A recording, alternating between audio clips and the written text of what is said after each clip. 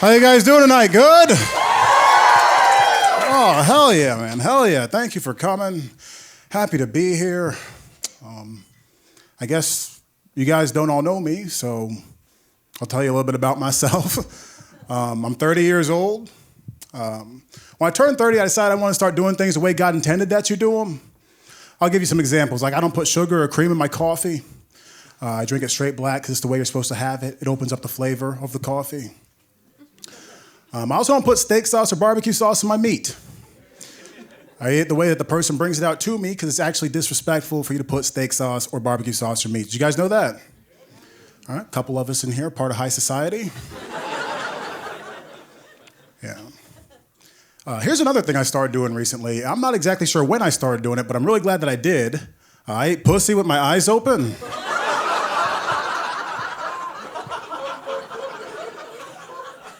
Yes, I find that it really opens up the flavor of the pussy. Yeah, in fact, some people would say it's disrespectful to your lady if you eat pussy with your eyes closed, so pop them open, fellas. Yeah. So there's some pros and cons to eating pussy like a serial killer. Pros, I always find the clitoris. I find it every time, and you can too if you open your eyes. Yeah. Cons, I will never see her again. So that's kind of the worst part about it. Yeah. 30, man. When I turned 30, I wanted to do something nice for myself, and I wanted to buy myself my very first necklace. And I'm not a real big jewelry guy, so I was pretty excited to get this chain. So I went to the store, got the necklace, came home, saw my mother in the kitchen, and she goes, "That's a very nice necklace you have on." I said, "Thank you very much, Mother." And she goes, "Aren't you worried that somebody might take it?" Has anybody else's mother called them a little bitch on their birthday before?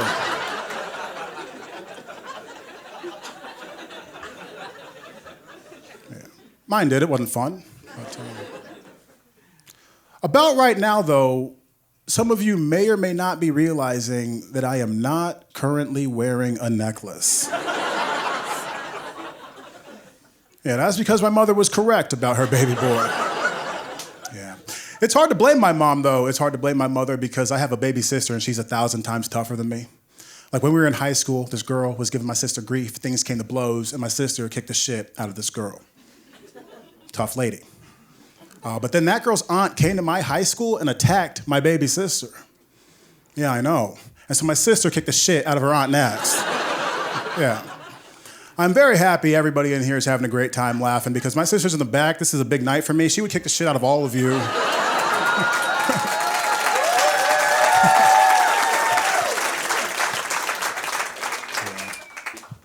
Yeah, I love my family. They're back home in Missouri. I'm here in Chicago. When I go home, we play games together. Like, we play Family Feud. You guys know Family Feud? Yeah, you get like a prompt, and you have to answer the most common responses for that prompt. We were playing one time, and I like to have fun for myself. And the prompt that we got was name a part of your body that you can cut. My sister was like, my hair.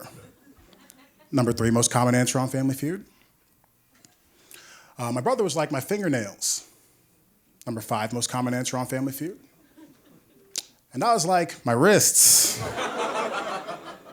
Number 1 most common answer on Family Feud, you guys. I'm so good at that game. Yeah, I'm from Missouri. I'm not from here. When I very first moved here, all I heard about, was how dangerous, Chicago was. And when I moved up here, I decided I wanted to kind of get a look of how safe my neighborhood would be. And so I decided I would walk around my neighborhood and kind of like make some mental notes. And on this walk, I saw a white woman wearing no pants. Yeah, so I decided I live in a very safe neighborhood or I'm in a lot of danger right now. Yeah. On this same walk, I passed a homeless guy standing outside of McDonald's, and he asked me for change. And in Missouri, if a homeless guy asks for change, you can just be like, "Man, I don't have any cash on me," and keep it moving. So I tried to tell him I don't have any cash on me and keep walking, and he goes, "Fuck you. You are a liar just like the rest of them. And I will fuck every woman you have ever loved." I said, holy shit. This is the most confident man in Chicago. Right now, I don't think I could fuck every woman I've ever loved. It's only like 3 girls. It feels like it should be so attainable. I almost wanted to go back and ask him, like, hey, dude, what was your plan for Jessica? Because, you know, she was particularly tough.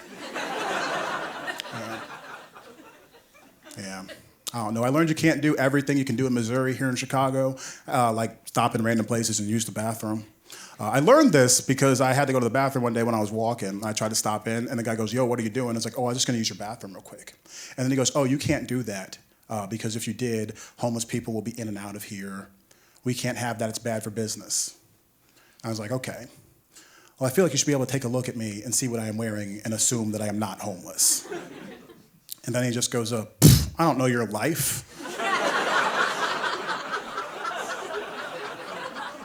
I was pissed.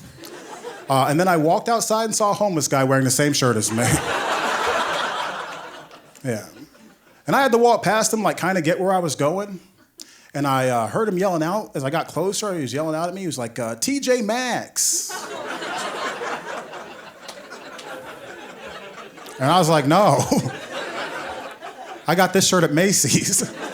And then I got even more pissed because I realized not only were we wearing the same shirt, but he got a better deal than me. Yeah, so I had to get some new clothes. I went to Crossroads. You guys familiar with Crossroads? Place you can sell lightly weighted clothing. Yeah, so I packed up a big bag of clothes, went to Crossroads. Guy started looking through it, and he goes, oof.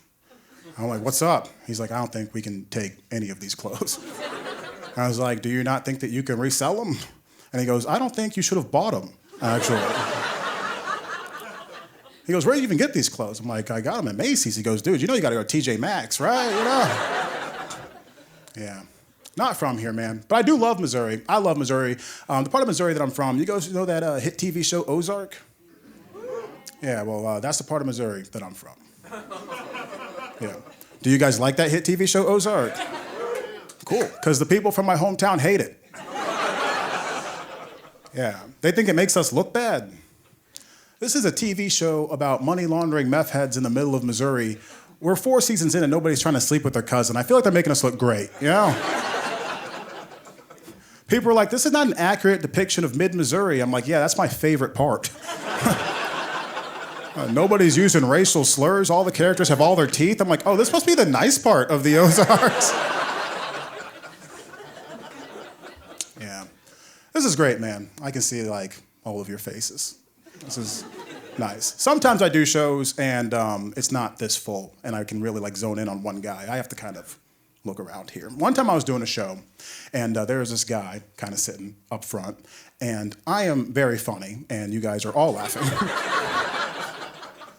So you see this, but he was sitting there, and he had his eyes closed. And so I was like, oh, this is the perfect time to start doing crowd work. And I'm not a big crowd work guy, you know, so why not? And so I decided to call him out on it, thought it'd be funny, and I go, hey, check out this guy. He's fucking sleeping. And then the person next to him goes, he is blind, actually.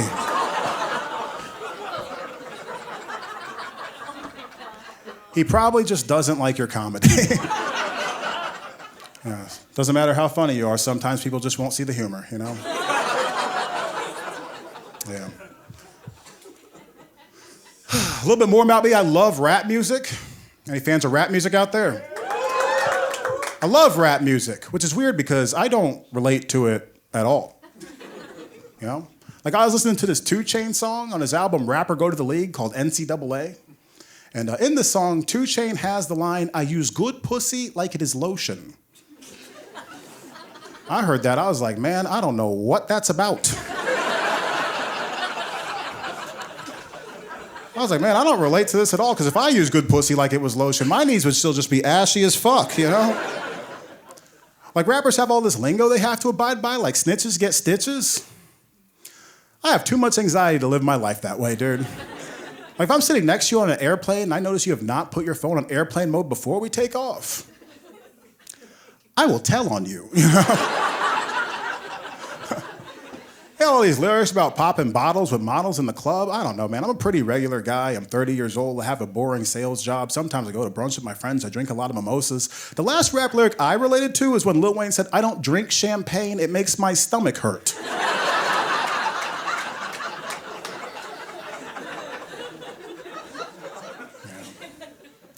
I was talking to my friend Lisa about rap, and she was telling me she can rap the entire Illmatic Nas CD word for word, bar for bar, the entire album. But she's white, so I was like, every word from the Illmatic Nas CD. And then she said, well, actually, when Nas says the N-word, I like to say neighbor. And that way I can sing along too. And I was like, oh, that sounds like so much fun.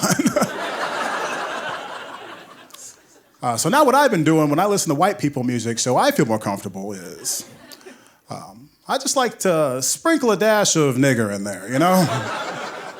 Yeah, you don't even have to change Morgan Wallen's lyrics that much. He's already using it.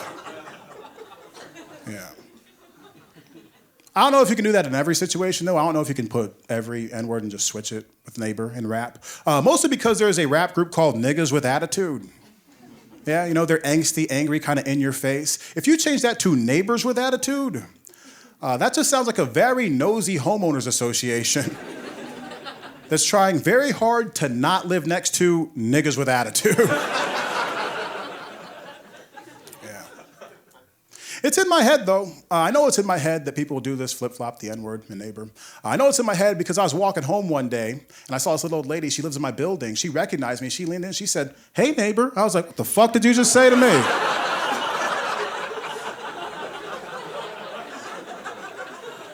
You better watch your mouth, Gertrude. You fucking bitch. She's like, these neighbors are ruining this neighborhood.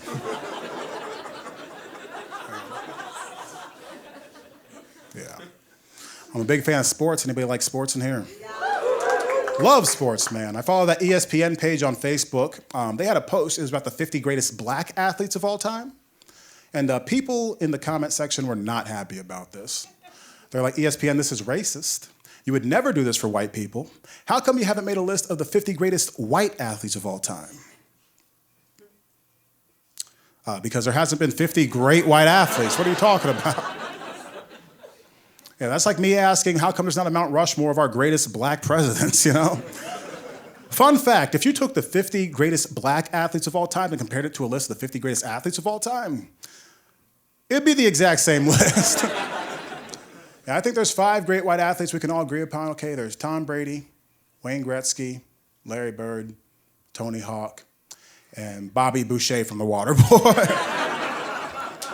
I think those are the 5. Yeah. Big sports fan. I love college sports.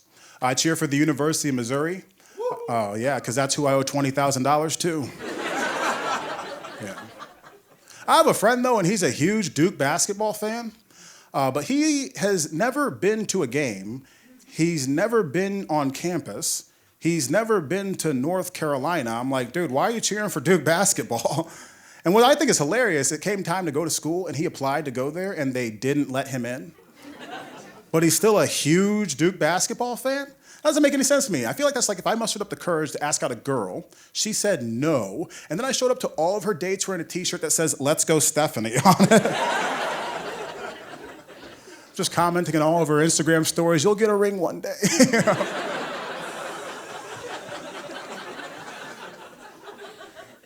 Anybody in here smoke weed, do drugs? A couple of us. Yeah, I'm not a big weed guy, not a big drug guy. And I wish I was, because then I could hang out better with my friends. You know, they can go hiking and swimming and biking, and I'm just like confined to the couch. And it gets kind of crazy when you start hearing about the things that professional athletes have done while under the influence of drugs. Like, did you guys know about this? Did you guys know on June 12th, 1970, Doc Ellis pitched a no-hitter while he was high on LSD? Yeah. Just last week, I got high and was scared to cross the street for chicken nuggets. Like, I got friends doing hard drugs every weekend. I got a legitimate hangover from eating 9 Reese's peanut butter cups.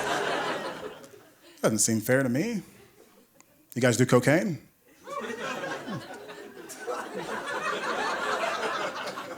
I remember the first time I ever did cocaine. This girl came up to me at a party. She's like, want to do a couple lines, go back to my place and fuck? I was like, yeah. I do want to do that. So we go back to her place, do a couple lines. All of a sudden, my stomach started to hurt. I had to take a shit, and then my dick stopped working. I was like, yo. Why are people doing cocaine? Like, this is the worst drug ever. And she was disappointed. I was disappointed. She was like, what's wrong with it? I'm like, I have no idea. My penis had never been that soft before. Like, I swear to you, the water in Michigan was harder than my dick was that night. This is the worst drug ever, man. Yeah. So I don't do drugs. I'm not good on them. But I think it's because I grew up in the church. I grew up pretty religious. I think that's why I don't do drugs for real. I was thinking about religion the other day. I was thinking about this. I think it's a very interesting reward in some religions that your reward for believing in their God is you get 72 virgins when you go to heaven. To me, that's a very interesting reward for believing in God. Because you can have sex with 72 virgins on earth if you believe in yourself. Like, if you learn how to play acoustic guitar and go to a community college, dude, you can knock that out during syllabus week. Like, I'm pretty sure John Mayers had sex with 72 virgins. Yeah, and if he has, I think we can add him to our list of great white athletes. Yeah, it's one of the greatest athletic achievements of our time. Yeah. Yeah. Anybody in here in therapy? Okay, cool. I'm not, but yeah. I think it's because I'm not quite sold on the idea, because I did try to go once, because I have sleeping problems. Very hard to fall asleep for me if I do not put something into my system. Like, I have to take Z-Quil, NyQuil. I won't fall asleep. I'll toss and turn all night. And with the society, it was finally time for me to do something about this. Finally go see a guy about these sleeping problems. So I go to the doctor. I talk to him. I tell him what I just told you guys. And he goes, have you tried going into a cold, dark room and laying down? Let's recap real quick. I have sleeping problems. If I don't put something in my system, it's impossible for me to fall asleep. I will toss and turn all night. I decided it's finally time for me to do something about this, go see a doctor about these sleeping problems, and his advice to me essentially is, have you tried going to sleep? Like, you must think I am the stupidest person of all time. Is that your response for everything? You know, like, if I had problem keeping food down, like if I had a eating disorder, would he just be like, hey man, have you heard of Chipotle, you fucking idiot? How about you order a burrito bowl and get the fuck out of my office, you know? I think the answer is that people are just bad at their job, you know? And I don't want them to be, but they just are. And, you know, I don't mean to make it seem like I'm amazing at my job. Yeah. I just work hard enough to not get fired. Yeah. Because I'm in sales, you know? I'm in sales, and sales is very tough because you get rejected all the time. And I remember one time my boss was seeing me get kind of down, and he told me a story about how he wrote on a clock, it's only a matter of time before you work with me, and sent it to a guy, and then that guy became his biggest client. So you kind of remember these stories when you're getting down on your luck. And so I called this guy, and he picked up the phone finally, and then he just goes, what do you want? And then he hung up on me before I could get into my pitch. But remembering this clock story, I was like, you know what? Don't give up. Send him an email. So I said, John, maybe I caught you at a bad time, but maybe later in the future, you can get some time on your calendar, and maybe we can discuss some of our products and services. I thought that was a pretty good email. He replied to me with a classic line from the movie Office Space. He said, Isaiah, what would be great is if you just took me off your call list. Okay. Classic line from the movie. So I decided maybe I should also respond with a classic line from that movie. And I said, John, I wish that I could, but I believe you have my stapler. And then I decided that was enough work for the day. And I went home. And then I came back to work the next day, and he actually emailed me back, and I was super excited. And I opened up the email. It said, well played. Go fuck yourself. So we don't call him anymore. Yeah. Before I got into sales, I was a substitute teacher. Being a substitute teacher was the most fun that I ever had at a job. I loved it so much because the kids loved me. And they would tell me things that they would never tell other teachers. And I thought kids were hilarious. And one time this kid comes up to me and he goes, hey, Mr. E, how is Miss Walters pregnant? And I was like, you are in 7th grade?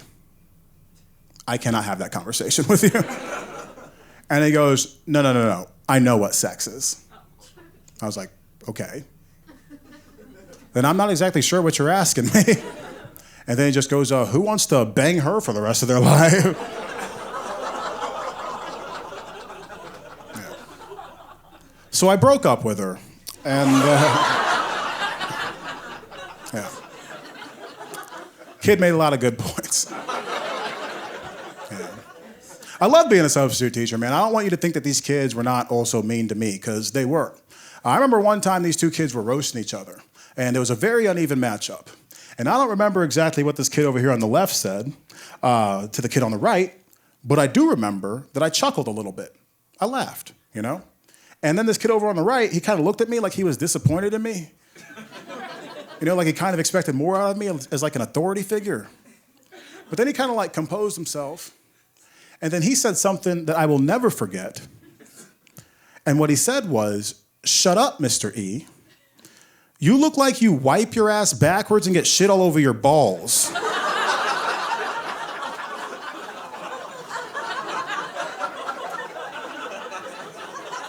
I will never forget that as long as I live. How do you even come up with an insult like that? And I was beside myself for like 2 reasons. One, if you had that in your back pocket, you should have said that to him. You know? Why are you saving that for me? Maybe you wouldn't be in the situation that you're in. And 2, that is how I wipe my ass, but I've never gotten shit on my balls, I don't think. It's more of a leverage thing. Yeah. So I'm not a substitute teacher anymore. I remember when I left from being a substitute teacher, all the teachers wanted to know what my plans were next. And I told them I was going to move to Chicago and start doing comedy and get a job out here. And they're like, "You're going to do comedy in Chicago? What are you going to do for money, though?" And I was like, "You work at a school. What do you know about making money?" And also, I know my rent is high here in Chicago, but I haven't seen deer or truck nuts in 6 years, so I feel like I'm getting what I paid for. One guy did not like the jab that I took at their financial situation, though. He was like, "Well, I would never want to move to Chicago anyway, because I don't want to get shot." And I was like, once again, you work at a school. What are you... What are you not understanding about this? Yeah. Been doing stand-up for a little while now, and sometimes it's fun because you get recognized. When I very, very first started doing jokes in Chicago, I did a lot of jokes about masturbating because that was like my world. And I don't find it quite as funny anymore. I kind of realized this one time when this guy like kind of stopped me and he recognized me. He's like, "Oh, hey, you're that really funny dude. You're talking about jerking off all the time." I was like, "Hey, man, I do other things."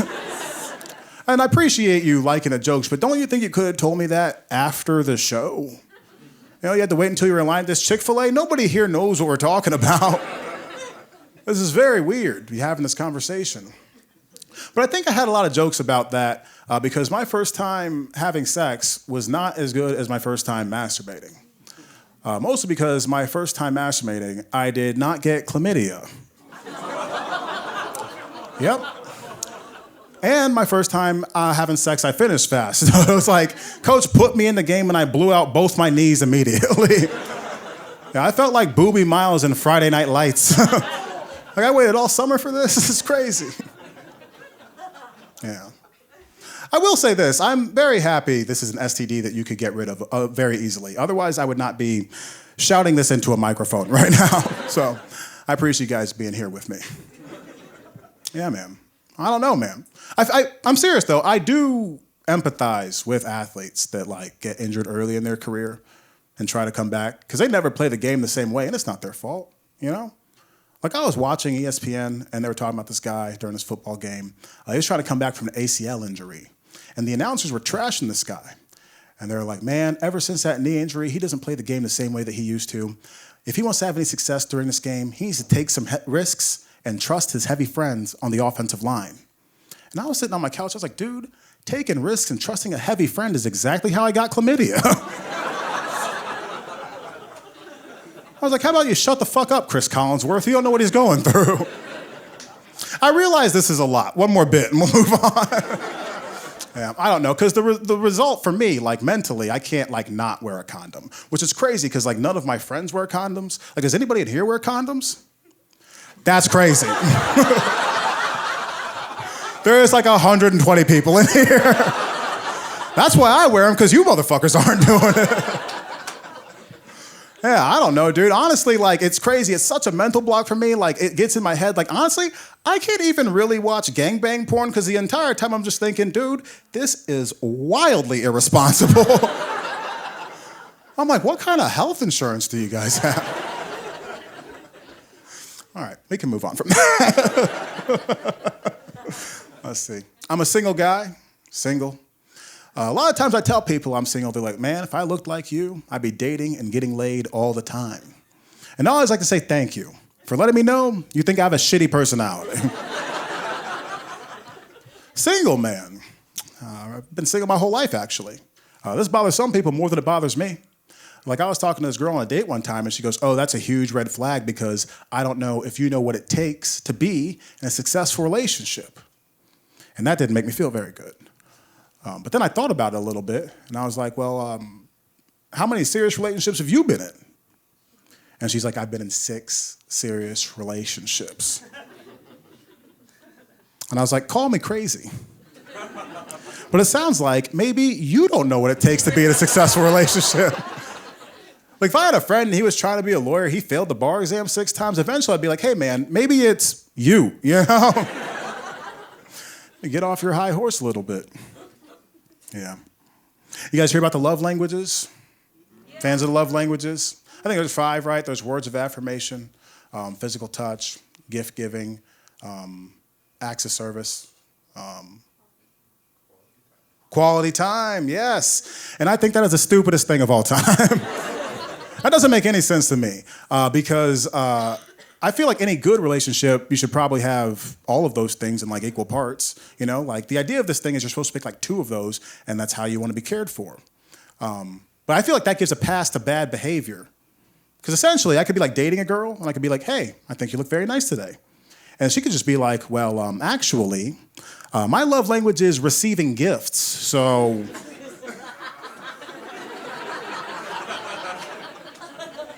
just buy me stuff. I think it's stupid, but what I think a fun game to play is what you think celebrity love languages might be. Like, I think Leonardo DiCaprio's is definitely words of affirmation. You know, he's just talking to his new girlfriend like, no, baby, I promise, 17 is legal in Iowa. Yeah, I think Joe Biden's is quality time because he doesn't have much left. And yeah, I think that Nick Cannon's is probably physical touch. Definitely physical touch.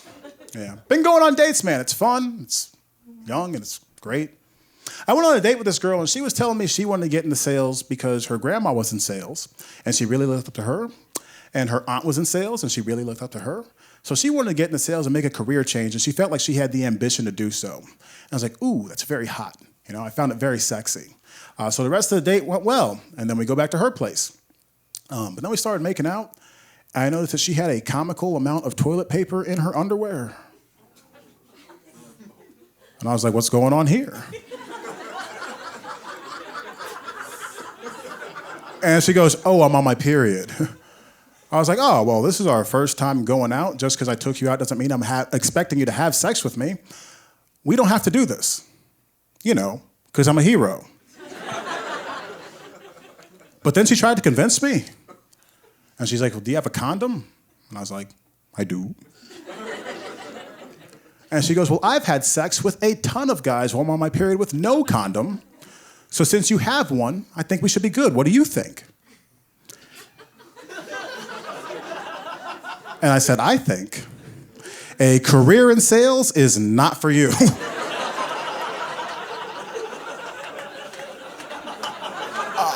I was like, that's gotta be the worst sales pitch I've heard my entire life. You don't even really need all that. You guys know about coochie, right? It's a perfect product. It's warm, it's tight, it waters itself. You can't sell coochie, there's no way you can sell toner. She actually saw where I was coming from. She was like, oh, my bad, dude. You know what? I shouldn't have asked you that. And I was like, it's all good. And she goes, how about this? I can just give you oral. And I was like, I accept your counteroffer. Yeah, she starts to go down on me. Then she stops. She goes, hey, dude, I think you have shit on your balls. I was like, wait a minute.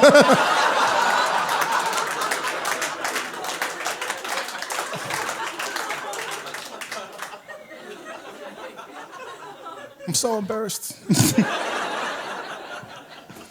Yeah. I'm on Hinge. Anybody here on Hinge? I like Hinge. Hinge is fun. I like Hinge because eventually, after so long, they'll put people back in your lineup that you initially declined. I think that's great. I feel like that's the algorithm's way of being like, hey, man, you humble yet? How about you come back down to earth, pal? Yeah. I like Hinge, man. But I think one of the biggest problems with Hinge is you'll start talking to somebody, and when you meet them in person, they don't talk at all how they text. I think it's a huge problem. I call it getting chatfished, you know? Yeah. I went out on a date with this girl one time, and I like kind of hard conversations. I like deep conversations. I can only ask you, how do you like the butternut squash so much before I wonder, why are you the way that you are, you know? I want to get to the real nitty-gritty. And we hit a lull very early in the conversation because this girl just wasn't opening up. And to break this lull, she goes, so how many friends do you have? I was like, what? And she goes, I have 8 friends. I was like, oh, well, I don't want to be one of them. You know? So we went out about 3 more times because I'm lonely, and we went out a couple more times, but I had to call it quits because one time I went out with her and we were walking by Target, and I said, oh, that reminds me, I need to buy a rice cooker. And then she goes, what's a rice cooker? And sometimes I slur my words, I jumble things up, I don't speak clearly, so I enunciated and I said, a rice cooker? And then she goes, no, I heard you. I do not know what that is. And so I had to explain it to her. I was like, okay, for me, it is a deal breaker. Because I don't know how to explain that to you without being an asshole. Do you know what rice is? You do? Oh. So before you eat it, what are you doing with it? Because the rest of us are cooking it somehow.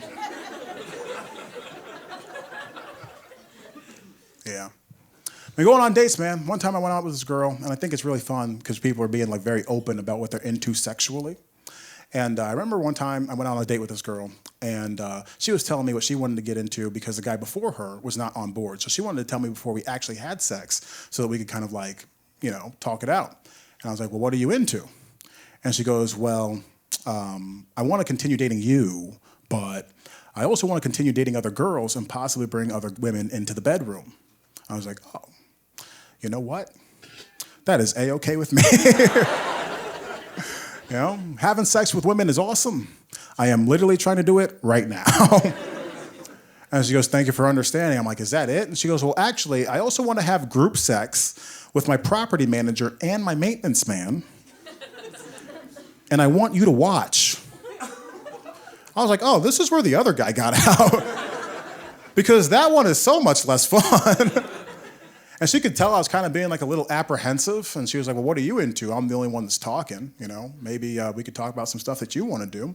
And possibly we could do that. And I was like, well, I don't know. I'm not into anything crazy. And she was like, come on. There's got to be something that you're into. I was like, you know what? I guess from time to time, I do enjoy a nice hand job.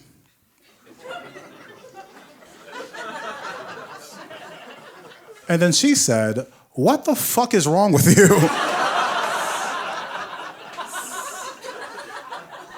She said, what the fuck is wrong with you, as if she did not just ask me to do what she had just asked me to do.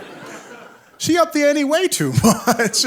Like, how are you going to kink shame me for wanting a hand job? I didn't kink shame you when you said you wanted to get patty caked by the leasing office.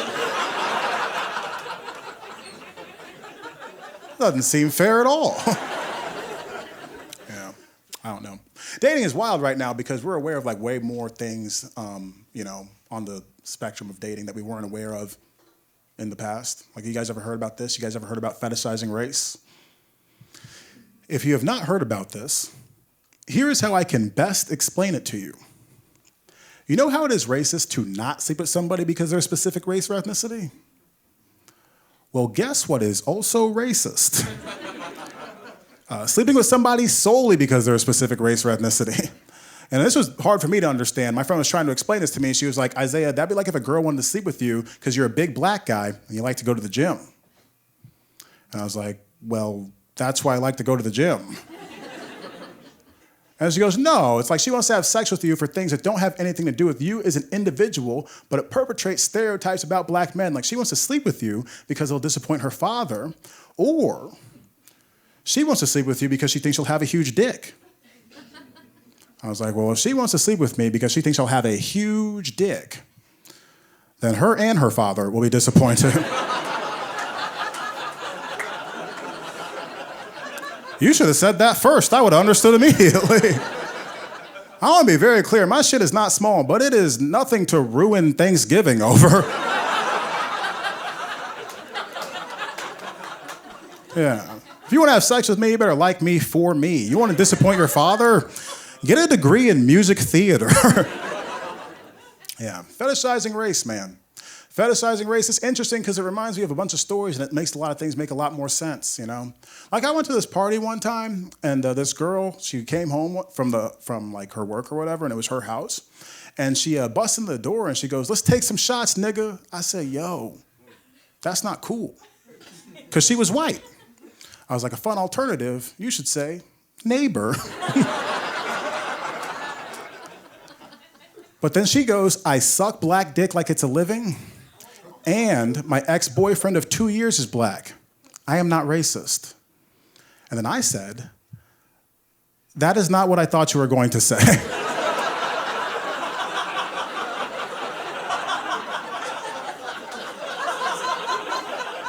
Not even close. But I felt like I kind of like started this argument, so I kind of had to like finish it. And I was like, well, what if I called you a bitch? And then she goes, well, I was probably being one. And it's my house, so if you don't like it, you can leave. And I was like, that is the quickest argument I have ever lost. And I was so flustered, and I was young at the time. This was many years ago, so I turned around and said, you know what, that's fine. You can believe whatever you want to believe. I just think that's retarded, and I turned around to leave. And she goes, what did you just say? I was like, I'm getting out of here. And she goes, no, after that. And I was like, that's retarded? And she said, don't you dare say that word in my house. And I was like, what word? And she was like, the R word. I was like, what? How does that make any sense? How can you say nigger, but I can't say retarded? And then she said, because people with special needs don't have a choice. I was like, that is the most retarded shit I've ever heard in my entire life. And I want to be very clear, I don't use this word in my everyday life. I have a nephew, he has special needs. We love him very much. But I really have one point that I had back then that I have even to this day. In this particular scenario, I am at least black.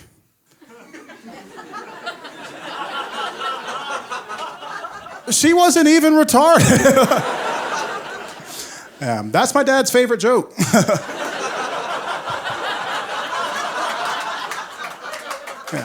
And that's the last joke that I have for you guys tonight, so thank you very much.